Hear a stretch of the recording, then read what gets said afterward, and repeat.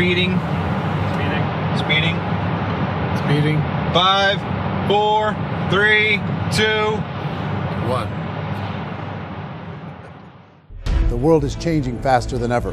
What used to take decades is now taking years or even months. What you see right now is the illusion that people have had for many decades about the workplace being this secure place to work the rest of your life. For the first time in the history of our nation, our children will not do as well as us. We've seen our friends get laid off. We've been laid off. We've had our pay cut. People are overworked and underpaid. They seem to have less time and less freedom.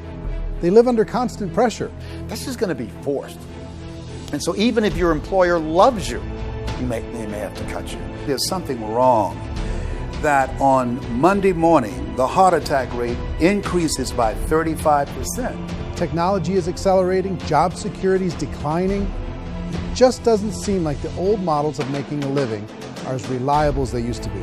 Every aspect of our lives, there's a better way out there, but we're still doing it the old way. We live in the greatest country on the planet, and there are a lot of people sitting around complaining and being cynical. Like everyone's whining about this old model, and I'm like, why don't you leave it?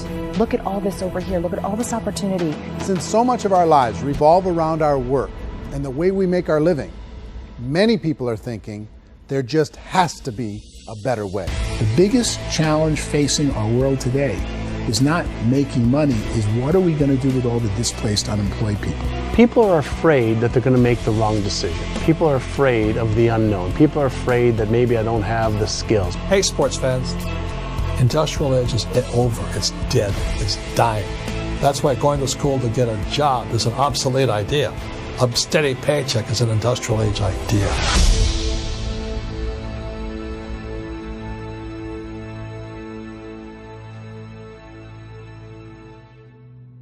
It's the search for answers that has brought us here together today.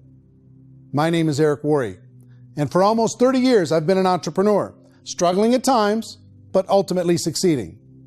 As a best-selling author, speaker, and business owner, I've spent my entire career helping millions of people around the world to become entrepreneurs. And I believe strongly that there is, in fact, a better way when it comes to how we make a living. The career landscape has changed dramatically, and many are still working in a model that is completely out of date. What worked for previous generations isn't working as well for people today. In this film, we're going to explore 3 important questions. First, what's really going on in our working world today? Second, in this new economy, is it better to become an entrepreneur, or is it safer to work for someone else? And third, if a person decides to become an entrepreneur and start their own business, how can they do it without taking on massive risk?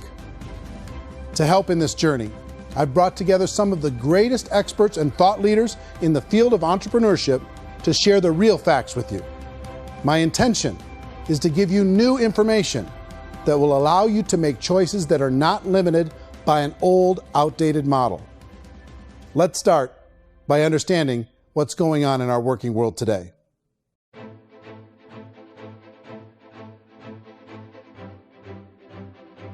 Let's look at unemployment. 30–40% of the people are honestly not working, but would be working. What our government does is if you haven't found a job in 6 months, we don't call you unemployed. We pretend you dropped out of the labor force. I've often said that unemployment, particularly structural unemployment, that's unemployment due to technological changes, is the first sign of economic growth. Think of it, 10 people live on an island. They go out every day and fish. One day, new technology shows up. A missionary brings them a net. Now, using the net, one pilots the boat, one throws the net. 2 fishermen can do all the work 10 used to. That's a 500% increase in productivity, 2 doing the work of 10, in one day. You don't have to learn a lot to learn how to throw a net instead of throw a fishing line. The island's got a big problem, 80% unemployment. But the island still has all the wealth of the fish because the 2 people produce as much fish as 10 did. Now, of course, looking back in history, these changes used to take thousands of years. And during that time, we went into farming and transportation. Some of us became doctors and some teachers and lawyers. And we developed all these new professions and new manufacturing jobs. Today, these changes are occurring literally in one day when a new technological advance occurs, and we don't have the social structures to deal with it or to retrain the unemployed people. So one of the things that I think is interesting as I travel across the country and really travel around the world is the way that we work and the way we get paid for work is changing pretty dramatically. On a global basis, everything is being turned upside down because of the rapidly advancing technologies. They are eliminating many jobs, and we have been left with many people not prepared for the jobs that exist. A lot of demand in public companies was to squeeze out all the fat and to get just as much margin as we possibly could, and fat equals humans. So this idea of job security in information age is so obsolete, but it's still taught inside our school system. And that's where the problem starts. There's no financial education in school system, and people are still trained to be employees to work for that paycheck. This is a chart on the middle class. What's happening in the middle class, those that went to school, their incomes have been coming down for years. And parents still say to their kids, go to school, get a job. Now what happens to all those middle class people who are dropping off the ends of off the chart? Well, they become what's called working poor. And this is what happens to working poor. But they say poverty is ending. Well, poverty may be ending, but working poverty is going up. And this is food stamp usage. So food stamp usage in America is going through the roof right now because people cannot earn what they call a living wage. Most people have experienced financial pressures that I think are probably greater than they have been in the past. If you're not working for yourself, then it's going to be a pretty hard road for a lot of people. Today, if you're going to control your future, the 40-40 plan is gone where you can graduate from college and get a job and work for 40 hours a week for 40 years. That day is gone. So some of these charts actually tell you what's going on. And this is a really interesting one, you know. People are going back to school because if I go back to school, I'll get a nice job. But this is what's happening to, it's called Sallie Mae, which is the student loan guys. The student loan is going through the roof. It's now over $1 trillion, and student loan debt is worse than credit card debt. So when people stopped using credit card, the government got people into student loan debt. And the problem with student loan debt is you can never be forgiven. See, with credit card debt, you can declare bankruptcy and all's forgiven. But student loan debt, you can declare bankruptcy, you still owe it. It's the worst of all debt. But this is the next picture. Look at this chart here. This is what's happening to wages of college graduates. It's going down. So you go to college, you rack up all this debt, but you earn less money. Now, that's not that intelligent. Average person who's been working a lifetime in America today is ending their lifetime at 65 with about $41,000 in assets. They earned just enough to survive. I think in the United States we have something like 17 trillion in debt. That's just the federal government debt. We got another 2 in municipal and in other, let's call it almost 20 trillion government. We've got 40 trillion in private debt. That comes up to close to 60 trillion. When you then add something we never had before, what you were talking about, when we look at the unfunded portion of Social Security and primarily Medicare, Medicaid, that, at the most conservative estimates from outside firms, Kleiner Perkins, 67 trillion and growing. That's more than all our other debt. There's less conservative estimates that say it's 84 trillion or higher. I added up conservatively $127 trillion in total debt. Debt is a financial drug. When you take it to excess, it's like taking a drug. Yeah, it makes you feel better, it enhances your performance, but at a huge cost, eventually it kills you. And so that's what happens. We keep doing more and more debt, and you get less and less results, just like a drug, until the debt gets so high that it crushes the whole system. That's where we're at, 8.2 times GDP. You know who I feel sorry for? I feel sorry for the person who dreads going to work, who is sick to their stomach on Monday morning, who hates their alarm clock, who gets a little glimmer of hope on a Wednesday because it's hump day and says, thank God it's Friday. And they live for those 2 days a week where they get to be themselves and they don't have to be around people they don't like, and they don't have to play the political game in the office, and they don't have to live this half life. The person that works 50 weeks a year just to be able to have the 2 weeks for vacation. And you know what happens to most of them nowadays? They don't have a vacation. They have a staycation. They have time off of work, but they don't get to go where they want to go because they're overextended. They've got all this debt. They got all this situation. They hate their alarm clock. They can't sleep until they're done. They have to spend most of their life in traffic. I feel sorry for that group of people because there's a better way. They just don't know it. I see this really interesting attempt at rugged individuality in a 6x8 rectangle. And I feel like you're all the same, except for the little push pins of the pictures. There's different pictures. Yours is named Jenny and his is named Sujara, but it's the same people. And this is how they are, and they're just like the zombies, and there's no joy in there, there's no fun. There's always like the wacky woman who decorates her cubicle, and that's the most she can do there. You got to give her credits, right? The wacky cubicle woman. The basis for their life is worry. I'm worried, you know, maybe I'll get fired. I'm worried maybe my company will go out of business. I'm worried I can't keep spinning the plates on paying the bills. I'm worried about how do I send my kids to college. I'm worried, what if the transmission of my car breaks? That's, you know, 2 or 3, I can't fix it. People live in a sea of worry, and it eats at them. Those signs that people held up during the Depression didn't say looking for gainful employment in a cubicle. It said looking for work. Work is what we're looking for. Job is just a unit of measurement. Work is what we're going after. It's time to look in the mirror and say, it's not the economy, it's my economy. It's my little world of where I am. I need to improve. I'm not going to wait for the economy to come back because, frankly, the economy is doing great in this country. So I'm here on Wall Street, the financial center of the universe, the financial capital of the world. This is where most people's money goes to at least be held for a time, right? With interest rates in banks being effectively zero, and many experts are predicting it's going to stay at zero for the next 10, 20, even 30 years, people feel like they don't have any choice but to put their future into equities, to put their future into the hands of other people on this stock market, and hope that the stock market goes up, hope that the stocks that their advisors pick or that they pick goes up. That's one way to go, I guess. It's my personal belief that if you put your future into the hands of yourself, in other words, you have earning power by yourself, I think you're a better investment than these guys. I think you controlling your future is a better option than handing over your retirement to these guys. The average household income in the United States is approximately $50,000 a year, what they call the middle class. To reach the top 25% of income earners, you'd need to earn at least $90,000 a year.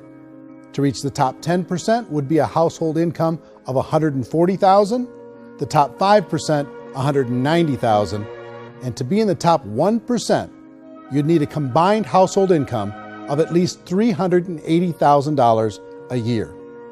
So here's the question. What do you think would give you the best chance to move up and get to the top 10%, the top 5%, the top 1% or beyond? In my opinion, and in the opinion of many, many experts, the answer is to become an entrepreneur, to become your own boss.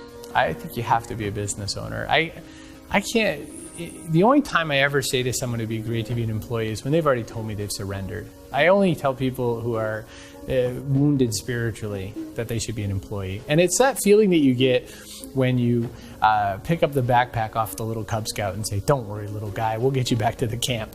You know, it is in no way a kindness when I tell someone they'd be a great employee. The other status symbol really increasingly is lifestyle. And people who can own their own business, maybe even work out of their house, that I tell you, people admire that. Like, gosh, I wish I could do that. The spirit of the entrepreneur is to be a risk taker and to be resourceful and unstoppable and to have a vision of yourself beyond where you are and not willing to settle for life as it is. Think about the great entrepreneurs. They're visionary. They have heart. They're willing to do today what others won't so they can do tomorrow what others can't. Personally, I don't think of the new economy, the old economy. I create my own economy. The entrepreneur's in control. I decide what the economy is going to be like. In the world of entrepreneurship, there are no limits. You can make as much as you want, depending on how much you want to work and how smart you are and how great a team you put together. There's no more lifetime rewarding business than being an entrepreneur. Why in America, where anyone could be anything, would people want to give up their freedom and become effectively a modern-day slave, told shut up and be here every morning at 7:30, leave at 5:30, and do what I tell you? If people decide to become an entrepreneur and work for themselves, they have some traditional options, but they're riskier than you might think. Any kind of a retail business, retail build-outs, is extremely expensive. Even just these small little yogurt stores where they're putting little yogurt machines and you get all the different flavors, you're spending $200,000, $300,000, $400,000 to open a yogurt shop. I would love to buy a Dunkin' Donuts, but it's $500,000 or so to start. I don't quite have that just-in-case money. Risking lose it all, and most guys do 2 or 3 times, and even big guys like Branson, because I'm such a fan of his, half his companies don't work. If you make $1 million, your problems are going to go. If you make $1 billion, your problems are really going to go. Just the opposite. You and I know when you're making $1 million, you got $1 million responsibilities. You make $1 billion, you got 1,000 times $1 million responsibilities. And most people say, I'd love to be my own boss. 70% of Americans would love to be their own boss, according to recent polls. But they don't know how to get there. Because what are you going to do? One, you could buy an existing business. If somebody's selling an existing business, you have to ask why. Usually because it's probably hard. It's probably not making as much money as they hope. 2, they could buy a franchise. A little less risk, proven system, but it's expensive to be able to do that. 3, they could start something from scratch. And that's where a lot of people feel like, I don't have the chops to do it. I don't have the money. I don't have the product idea. I don't have the expertise. I don't have whatever it's going to take to be able to get there, and I can't risk my family to do it. So, 4th, they could become an investor. A lot of people in this town invest to try and figure out a way, but you got to be pretty smart with that game too, right? Venture capitalists, who are the very best and most sophisticated in investing in new breakthrough businesses, make it on 1 out of 11. That means 10 out of 11 are mediocre or fail. Most of them fail. That's the risk there. An angel investor is lucky to get 1 out of 15 or 20. A business is a team sport. Like, I have to have accountants, I have to have engineers, I have to have system designers, I have to have sales, marketing, I have to have accounting, I have to have mission statements, I have to have legal and all that. The average Joe Schmo, even me, I go out there, I don't have the skills to put a business together. I think the bottom line for the 4 traditional options is they take money, sometimes a lot of it. They take expertise, and they take time. All of that adds up to just too much risk for most people. I bought a business from somebody else and it was a lot of work. And you start wondering, what did I just buy? Because I guess ultimately I own your email list and I just overpaid for it. People that start their own business, they spend a lot of money, they spend a lot of time, a lot of effort to get things started. And the more you invest on the upfront, the harder you typically work at it. Well, I can tell you what the success rate is of a restaurant. What is it? They're crazy enough. About 90% of them fail. About 90%, in how quickly?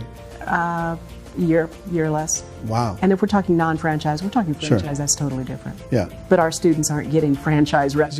You got to invest big money. Exactly. And with someone like McDonald's, you've had to work with the company for a long period of time, really know the To even have a business. chance at investing $1 million. Have a chance, and it's a slim chance. What if there was a way that you had all the proven aspects, the comfort aspects, and you could still control your own life? What if there was both? In other words, you didn't have to create everything from scratch. You didn't have to be a super leader. All you had to do, what if there was a proven product already? You didn't have to create the product. And there's a proven system already, proven training already. Everything except an employer. That was the only thing that you didn't have. Do you think more people would be open to working for themselves in that environment?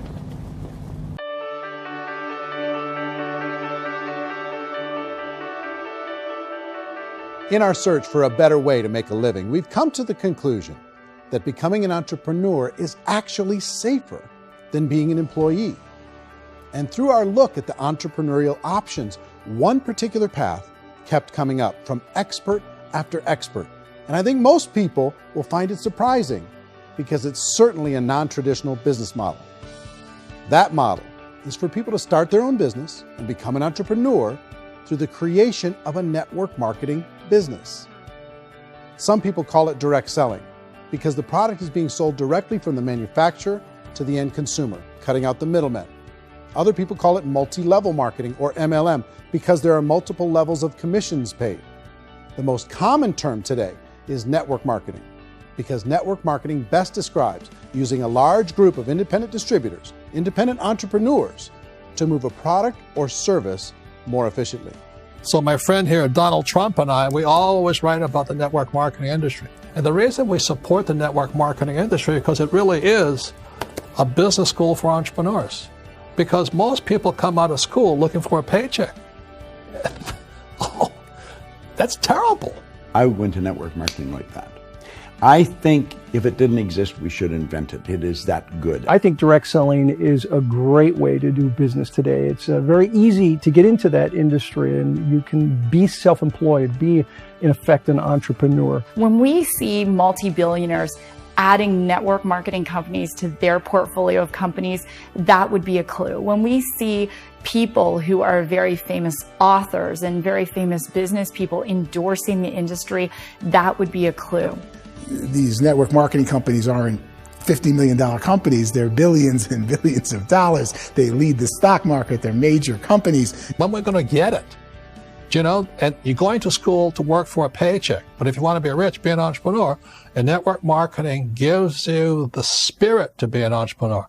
A traditional company will spend up to 50% of their total revenue on marketing. Network marketing companies use a different approach. Instead of having all that extensive marketing expense, they utilize a network of independent distributors to do the marketing for them. Now, why do they do this? First, because word-of-mouth advertising is so much more effective today than traditional media advertising. Second, some products need to be explained or demonstrated, and an independent salesperson can do that more effectively than an ad campaign. Third, it's completely efficient. The company only pays for the marketing of their product if a sale happens and not before.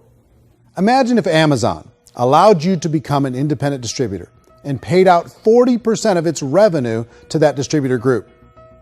All you had to do as a distributor was recommend a product, and if a person bought it on Amazon, Amazon would take care of all the logistics, and you'd get paid for bringing the customer.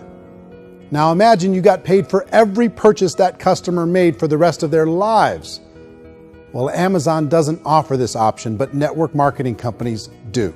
85% of all buying decisions in our society are made as a result of word of mouth or reputation. We're recommending things to each other all the time. You know, who's your dentist? Who's your doctor? Who's your lawyer? What detergent, are you using? What legal system are you using? What product are you using? We're talking to each other about the things that we love anyway. When you go into a big box retailer, you're lucky if the clerk looks you in the eye, much less gives you any detailed or accurate information about what you're purchasing. So of course, this personal information, this education coming from a friend, a neighbor, a relative, or even a stranger, but one who has experience with the product is extraordinarily valuable. As a matter of fact, network marketing can educate consumers probably better than any other form of marketing. It certainly can do better than advertising, because advertising usually has a certain hype to it, and you can only get limited information. So, network marketing trumps advertising. If you were a typical sales company and you wanted to sell $1 million a month worth of product, you might go find 100 superstar salespeople. The quota would be $10,000 a month. So network marketing as a distribution system just flips the numbers. So we use 10,000 happy, raving fans of a particular product, and we don't concern ourselves so much with how much product each one of them individually sells. If they sell just $100 or $200 a month, and there's 10,000 of them, you're selling $1 million to $2 million a month worth of product. And that's the best way I can explain how network marketing works. This is the marketing arm of the company. There's not money being wasted on bricks and mortar. There's not money being wasted on inventory that's sitting stagnant somewhere. There's not of employees standing around that don't have customers. These are people that are going to connect with customers. These companies allow people to become independent distributors for extremely low cost and with no minimum time or sales quota. Essentially, they own their own business and can provide as much or as little sales as they choose.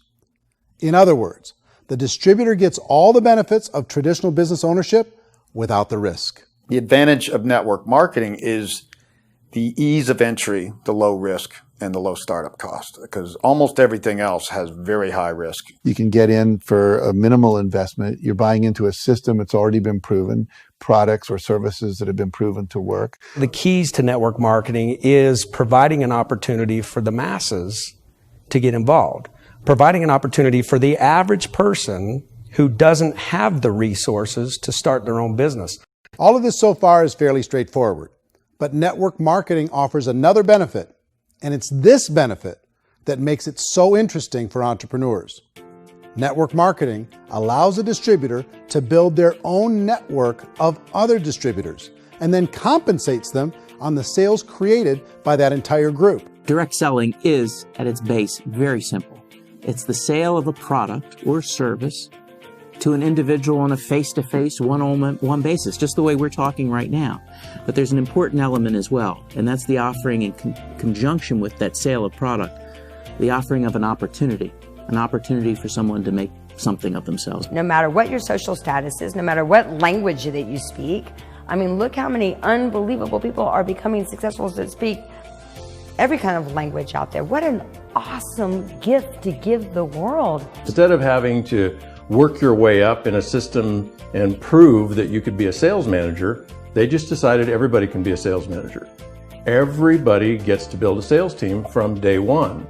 And so what that brought into the system of growth as a direct selling company is the concept of compounding or geometric progression.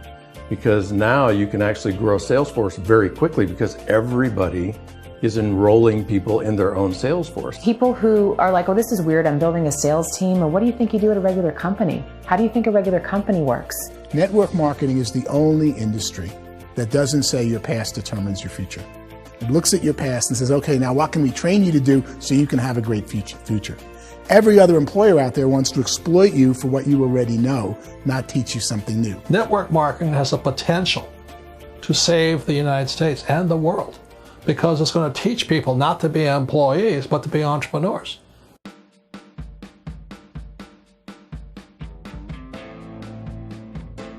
According to the Direct Selling Association, if you add up all the network marketing companies around the world, they combine to do over $178 billion a year in retail sales. To give you an idea of how big that really is, the NFL, the National Football League, does approximately $9 billion a year. The music industry does a little more than $16 billion a year, and the movie industry does about $80 billion a year. Using a conservative average, network marketing companies pay their distributors about 40% of that $178 billion in the form of commissions, which adds up to more than $71 billion a year. That's almost $6 billion a month. It's almost $200 million in commissions every single day. So it's certainly working, and people are making serious money in network marketing. With the growth of the direct selling industry over the last 10, 15, 20 years, we've seen a broader understanding of the channel.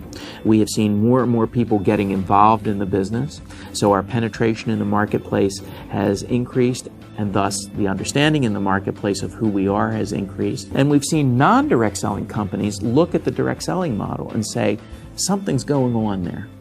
People are making money, companies are being profitable, individuals are being motivated, product is being delivered to market. Maybe we should explore this. Some people think only the people at the top make money. Well, let's take a look at that as well. In the network marketing profession, there are roughly 500 people in the world who earn over $1 million a year. If you round that number up to $2 million a year, that adds up to about $1 billion a year. That takes the $71 billion paid out each year down to $70 billion. So where does the rest of the money go? The vast majority goes to part-time people making anywhere from a few $100s a month to many thousands of dollars a month. It goes to people who choose to make it a full-time career move and earning even more than that. Every day, people are using the money they earn through network marketing to pay off debt, have more fun, and improve the quality of their lives. Everyone I know in network marketing has been doing that since the 50s.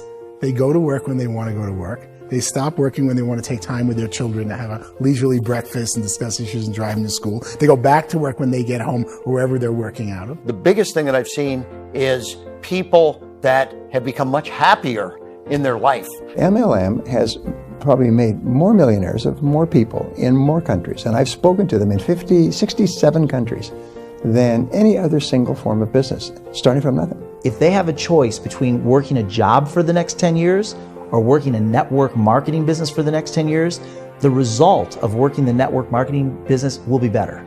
A lot of people within the industry go on and make this a career and do extremely well at it. Network marketing has been nothing but good for everyone I know that's been involved with it because they did it seriously and they played full out and they've been very successful. It's been a constant barrage of success stories and people showing off stuff that they got as a result of it. How many people are involved? Approximately 16 million Americans and 96 million people around the world are currently participating in network marketing. And in a recent poll, 82% of those people report a good, very good, or excellent experience with network marketing. So people are happy.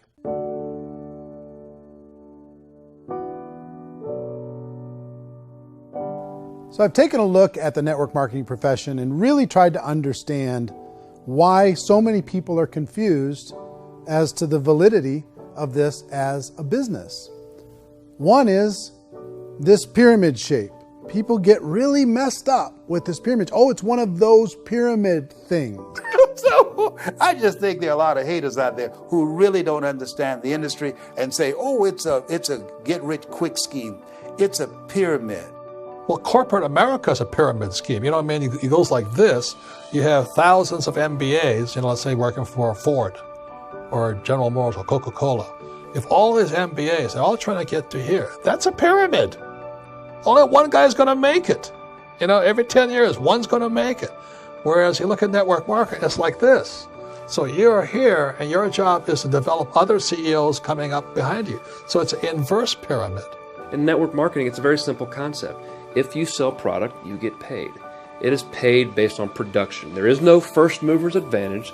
There is no investment component where the more somebody spends, the more they're entitled to make.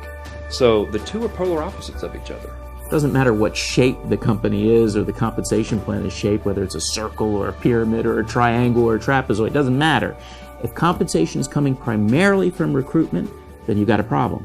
On the other hand, if an operation is basing their compensation to participants on the basis of sales, even when those sales are generated by people you've recruited, well, then you're a perfectly legitimate enterprise. That's the legal test, it's the practical test. Another issue that's been true in the past that is no longer true now is people used to be in network marketing loaded up with products that they couldn't sell and they ended up a loser. They ended up with a bunch of product in their garage, they ended up a bunch of products sitting in their kitchen shelves or whatever, and they thought they could sell it and then they weren't willing to or able to sell it and they ended up with a bunch of stuff and they were bitter about it. There was this thing called front loading where you had to buy if you bought $25,000 worth of product, you got better commissions and all this. Today, it's almost all done by computer. It's direct mail, comes from a warehouse somewhere else. You don't have to have all this inventory. You don't have to stock up. It's a paperless world now.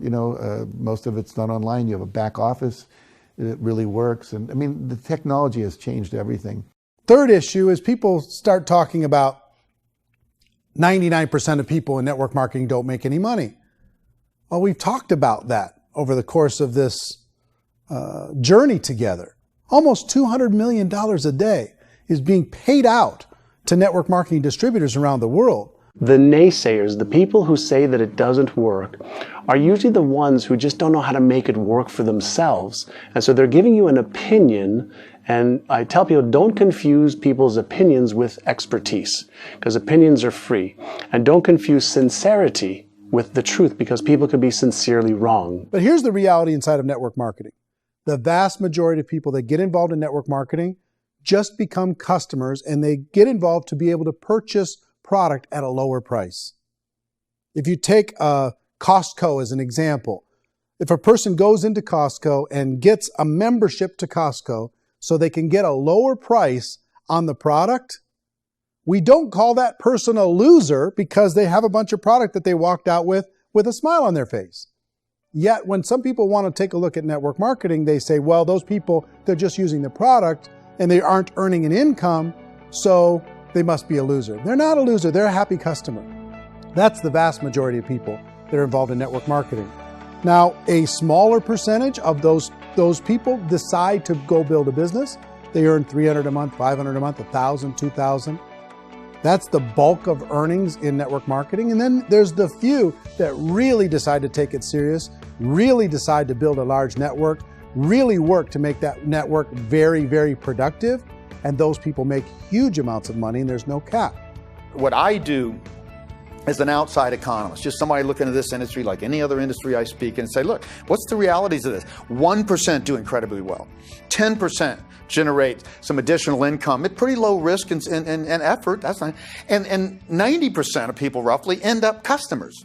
One thing that I think is real when it comes to people's perceptions about network marketing is people put this, and distributors, I think, involved in network marketing have some responsibility for this. They have sometimes unrealistic claims about the product or about the income. Most people who become distributors, they want the money, they want to be successful, but they don't have the skills. They don't know what to do. And when people don't know what to do and they're in a new business, they're scared.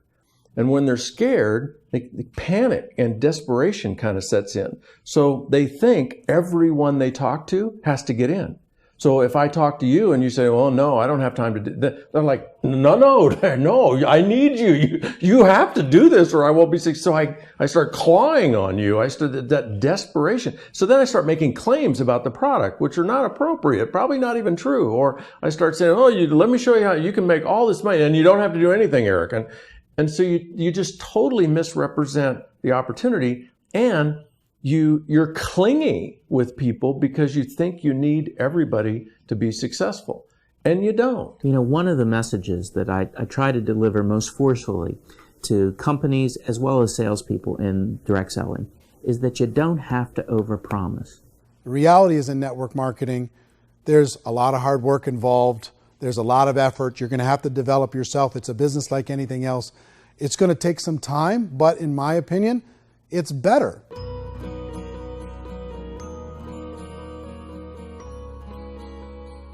It's light years better for people starting today than it was even 5 years ago. I think it's more widely accepted now, and people understand it is a business. It is being an entrepreneur. It is being a business owner. Our belief system is based upon our evaluation of something. And frequently, if we reevaluate a situation, our belief about that situation will change. The industry has changed and it's grown up. It's totally transformed. You've got young people today that have grown up with social media, and they understand networks. They understand how people are connected through technology, and they understand how money flows through those networks. So when they see network marketing, they don't see it the way their parents saw it. And we've all learned, the larger industry that you represent, has all learned from those mistakes and flaws and errors that have happened early on. Early algorithms didn't work the right way. That's all fixed. It's like when they design a computer program, they design the program, then they run it, and then they go back through and they debug it. The MLM industry has been debugged. This is the day of being virtual, being able to run a business from your mobile phone. I mean, it's incredible. Companies are getting smarter. They're implementing more consumer protections. They're implementing more compliance training. They're doing more with respect to product research. If you do get involved and you make purchases of inventory, even on a voluntary basis, if you decide that this business is not for you, you can leave and have that inventory repurchased by the company. There's no other business that offers that kind of protection on a voluntary, self-regulatory basis.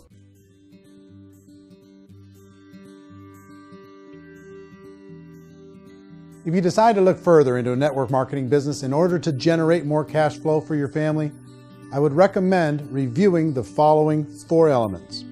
First is the product or service. And on the product or service, I would ask 5 important questions. 1, do you like it? Is it something you would feel comfortable sharing with others? 2, is there a recognized need in the marketplace? It's hard to create a need if one isn't naturally there. 3rd, Does the product meet that need? Does it solve a legitimate problem for consumers? And fourth, is it priced to sell? Can it compete in the marketplace? And fifth, is it priced for profit?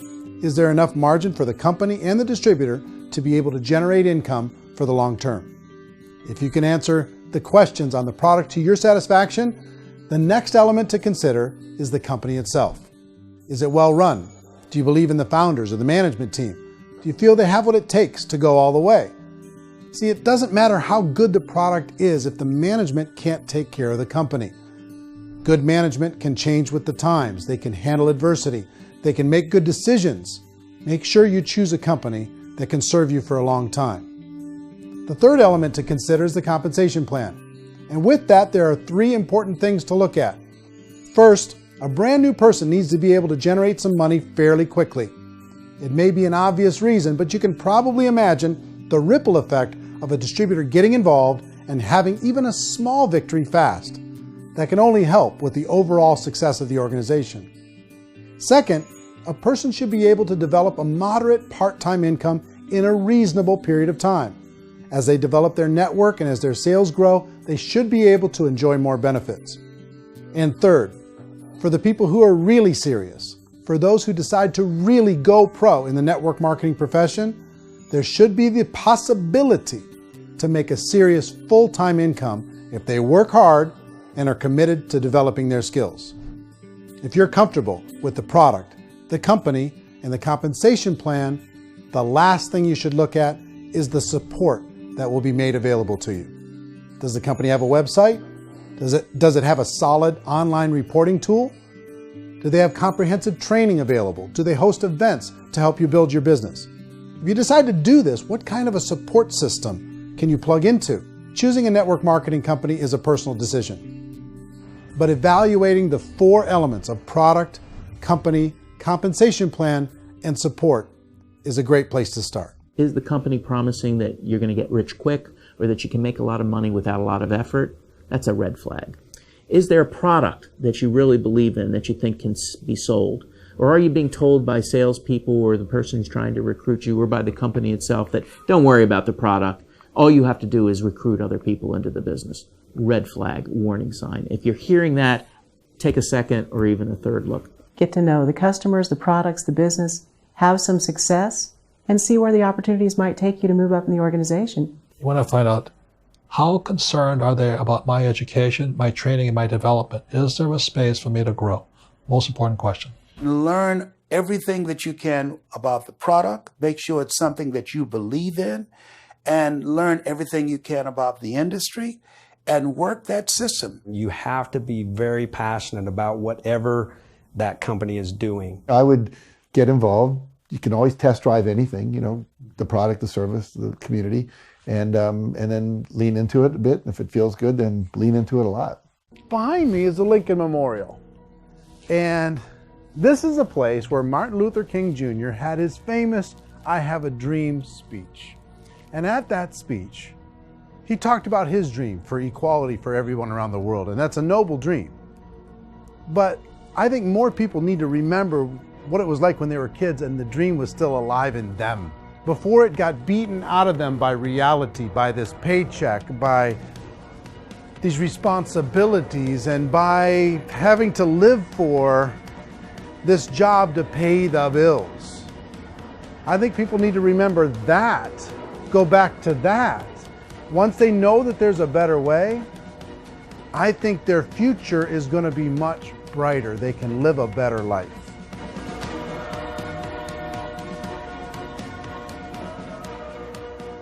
So if you're considering getting involved in a network marketing company, let me offer you just a few pieces of advice. First, network marketing isn't perfect. It's emotional, it's challenging. Like any entrepreneurial venture, it can have its up days and its down days. But if you have an entrepreneurial bone in your body, it's just better. Second, if you're going to do it, decide to be professional.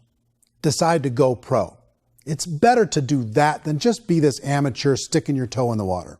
Third, as any professional, you're going to have to learn some new skills. And I promise you, inside of the network marketing profession, they're not too difficult to learn. Fourth, like anything worthwhile, it's going to take some time. Don't expect that you're going to get to the finish line right out of the gate. And fifth, it's worth it. It's worth it to be able to take charge of your life again. It's worth it to be able to control your own financial situation. It's worth it for the people you're going to be able to spend time with. It's worth it for the things you're going to be able to see and the experiences you're going to be able to experience. It's worth it for the causes you're going to be able to contribute to, the lives you're going to be able to touch, the customers you're going to be able to help, the friendships you're going to be able to develop. I promise you, it's worth it. Remember, most people are searching for answers just like you are. But I do have to tell you the catch to network marketing. If there is a catch, if you want to understand this from an emotional point of view, people say, well, it sounds too good to be true. It's not, it's hard work. But here's the catch. Most people still don't understand it. So you're going to have to endure the loss of social esteem from ignorant people. The uneducated will think less of you. Now, if you can handle that, you're on your way. If that's going to destroy you, you know what? Entrepreneurship in general probably isn't in your future. If you can face that catch, you can become unstoppable. I want everyone to really contemplate this if they're not in network marketing. You're in a job, you probably have a mortgage, you have rent, you have debt, whatever's going on. You're in a prison. You work just hard enough to keep them from firing you, and they pay you just enough to keep you from quitting. Come on! I've been there, done that, and bought that t-shirt. In network marketing, if you run into failure, it's really just a homework lesson for yourself. There's no one to blame. You really have no excuse not to be successful. You just don't. People don't want to hear that, but there's so much available to you. If you want to be a good network marketer, be a student to the people above you, be a fellow traveler to the people on the same level, and be a teacher to those below, and know when it's appropriate to do which. People who are not afraid of asking people to buy things, or not afraid of persuading people with the chance they may say no, these people own the future. Nothing happens until something moves. So you got to go move, you got to go do something, or nothing's going to change in your life. In the beginning, you're going to do a lot of things that you don't get paid for. But as you go down the road, you get paid for a lot of things that you don't do. And your job is rehabilitate the spirit, the entrepreneur spirit in all of us. You get it back. Either give it a strong yes or a strong no, but no wishy-washy, dilly-dally stuff in the middle. There's dreams and there are nightmares, but I believe that the biggest nightmare of all is when you don't pursue your dream. You're going to see some monumental growth in this profession. It's an exciting, exciting time to be involved with the network marketing profession. The next 10 years, I see just exponential growth. When that tipping point comes, it's not a matter of asking somebody, have you ever heard about network marketing? You're really asking them, which company are you building your wealth in? We are here to fix the world, to improve relationships with other people, to improve other lives. And the real reward comes as an entrepreneur in any level from teaching somebody something and watching them soar. There is no greater reward.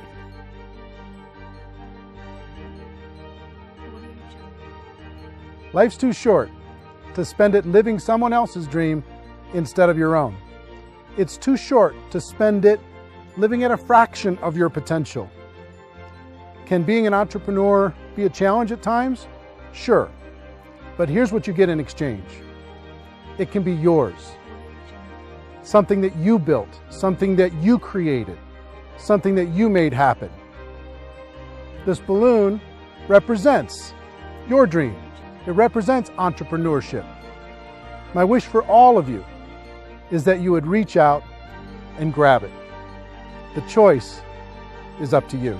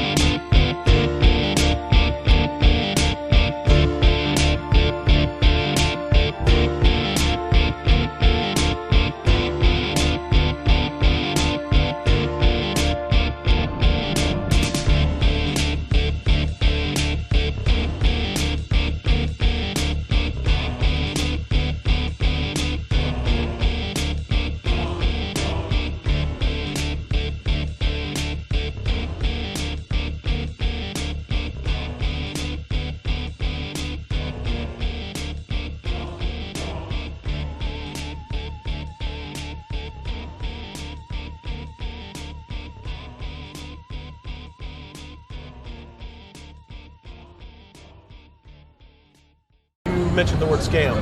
Why did you mention the word scam? The only reason it is a scam is because... That's terrible.